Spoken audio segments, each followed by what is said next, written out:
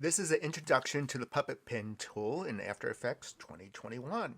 Puppet Pin tool lets you distort a character or any object based upon the pixels and which tool you're selecting. Everywhere from position to starch. Position is for moving things around. Starch will make those pixels a little more stiff.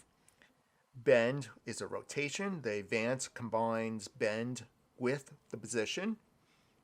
And overlap will allow you to push or pull this image behind or in front of the current layers visually, not down here wise. The position, I'm going to select the left arm. I'll have the move tool just to make sure I have the shoulder selected. Selecting the position tool, I'll click at the shoulder and I'll click at the hand. The mesh show is displayed. You could check it or uncheck it to show and hide the mesh. The mesh is the bounding warp region for those pixels. You can decrease the density like that or increase it for more refinement. Depends upon your character and what look you're going for. You can also expand this envelope. Right now I have 0. If I expand it to 10, if what I was doing is part of one single image, this means this mesh will also have distortion influence on different parts of the image. I made each layer separate just to make things easier for the demo. Let me set my expansion back to 0. To move this, just drag the element.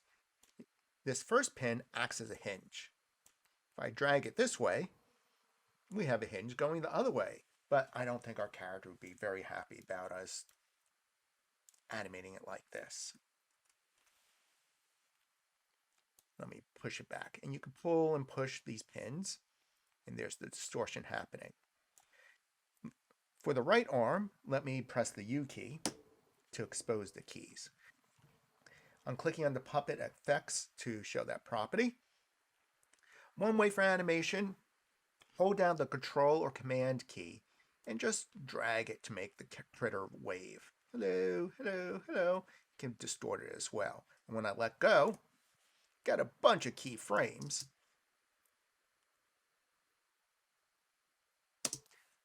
Undo that. To have a little more control over what you're doing, just jump to a frame. I'm going to jump to frame 30, and you could just move the hand up. Far fewer keys, makes it a little simpler. If I want to put the hand down, let me go to frame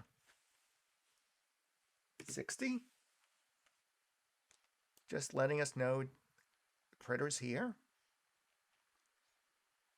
I don't have any way to bend the elbow yet because there's not enough flexible points. I could do this random bend, but I want a little more control. So after I drop it, waves hand up. Oh, look at all that weird stuff happening there. Let's see if I can fix that by adding a starch pin. Selecting the starch pin tool, let me click around the elbow. A little better. Starch will stiffen up a region, making it distort less. That's a little better. Let's take a look around here. The shoulder, the arms coming out of the shoulder. You can fix that by going back to frame 0, picking up the position pin, and let me click another position right out there. Even though I already animated this, you can add pins later on. And that fixes that area. Now this flipping between here and here, that's just the animation that was created. I'm going to click on here. And my character needs a little bit more room as it bends down its arm. I'll just lift it out here. Waves and then down. This was created by using the positions and the starch. If you don't want the starch to be here anymore, or you don't want the position, just click on it and press the delete key. That of course will remove the animation. Undo that. Same thing with the starch. You could click it, delete, undoing that. If I want to convert this starch pin to a different type of pin, under its properties, the pin type, you could switch between position, bend, and advance. Let's take a look at bend. Go and use bend down here on the leg. Let me focus in on the leg, and I'm going to select the bend. The bend creates a circle gizmo that you can just rotate around. Isn't that fun? If I had two of them, I could rotate around it like this. The bend is useful for certain type of animation that you're trying to create, but the bend alone doesn't seem to be enough, because my bend will make my leg go like that. Don't want that to happen. Maybe I need some starch or position up here. Going back to this one, clicking on this pin, and now when I rotate it, that's a little better. Now my leg's not flying off. Look at the position pins as a way to anchor your art and also hinge it. Click on this leg, and fold this up. The advance, right here, will combine bend and position. Let me click right here and here. Clicking the gizmo, I can make it rotate like this, much like bend over here. And I can make it go like this as well. You can also lift this up to animate it.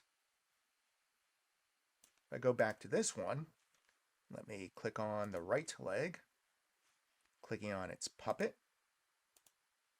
effect. I can't move that circle. So bend is only for rotation. Going back to the left leg, and I'll click on the puppet FX. See, you can move and also rotate that pin. Once you're done animating your character, you could put it into the main scene by making a new composition. I'll call it main, and dragging that character into your scene. This way your character has its animation, and you can still animate your character out here. This is the character as it originally was. And I'm just doing this to show out here in the main composition, on top of my character, you can also use the puppet pin on the whole character. Let me use a position pin. Clicking here, and clicking here, here, and here. And also here, here. And you can animate it this way. By animating on the whole level, you can see the secondary motion distortion happening on the character. And you might find this a little more fun. It can make your character dance a lot more easy this way. Let me put a pin in around the neck, one in the face, and one up here. If you don't want the face to distort this much around the eyes, then use the starch pin and place that around the eyes. And now you can see the starch keeps the eyes more proportional. So your choice on where to animate. If you have a complex character, it might be easier to do it on the character layers. If you have a simple character like this, you might enjoy making it move this way on the whole level. Click on Start Capture, click on your artwork, and start moving it.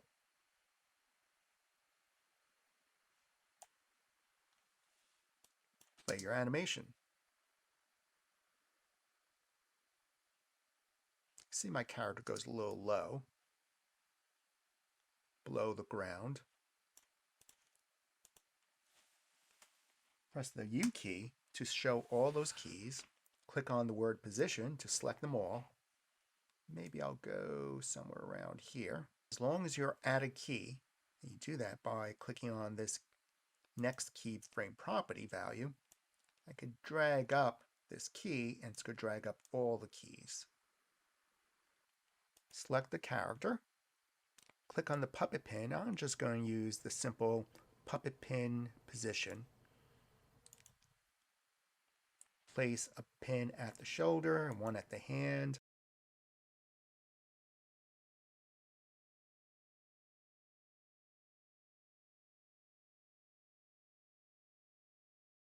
You always can place other pins around to stop distortion, but I think this is okay.